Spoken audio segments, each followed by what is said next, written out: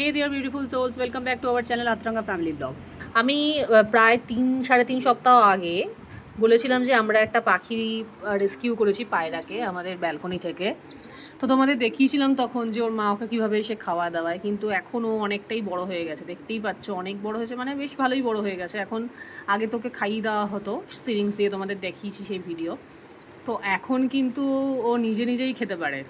এই যে ওর জন্য চাল নিয়েছি আজকে, ও চাল, তারপর তোমার সর্ষে, তারপরে তোমাদের অনেক কিছুই খায় ও, মোটামুটি দানা সব কিছুই খায়। ছাতু গুলে দিলে একটু শক্ত করে ও সেটাও খায়। তো এখানে এটাই হচ্ছে ওর থাকার জায়গা, নিচের টুল, ওপরে একটা চুবড়ি, তার ওপর একটা কাপড় পেতে দিয়েছি, আর ওইখানেই থাকে।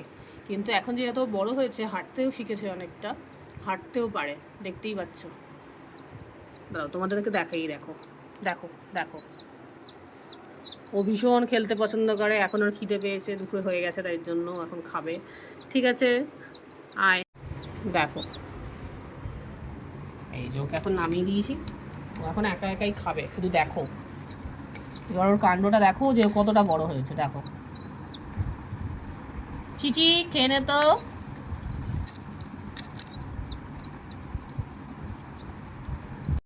চিচি কিন্তু অনেক তাড়াতাড়ি বড় হয়ে গেল, তাই কি না?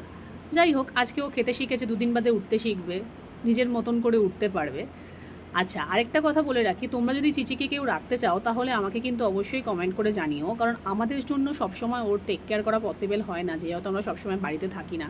তোমরা যদি ওর ভালো করে কেউ টেক কেয়ার করতে পারো, বা তোমাদের বাড়িতে যদি পায়রা থাকে, তাহলে আমি কিন্তু তাদেরকে দিয়ে দিতে পারি চিচিকে। জানি একটু কষ্ট হবে, কিন্তু কিছু করার নেই, আমি চাই ও ভালো থাকুক, সেই জন্যই আমাদের এই ডিসিশনটা নেওয়া। আচ্ছা, আরেকটা কথাও বলে রাখি, আমাদের এই ভিডিওগুলো যদি তোমাদের ভালো লেগে থাকে, লাইক, শেয়ার অ্যান্ড সাবস্ক্রাইব করো এরকম ভিডিও পেতে। আজকে জন্য টাটা।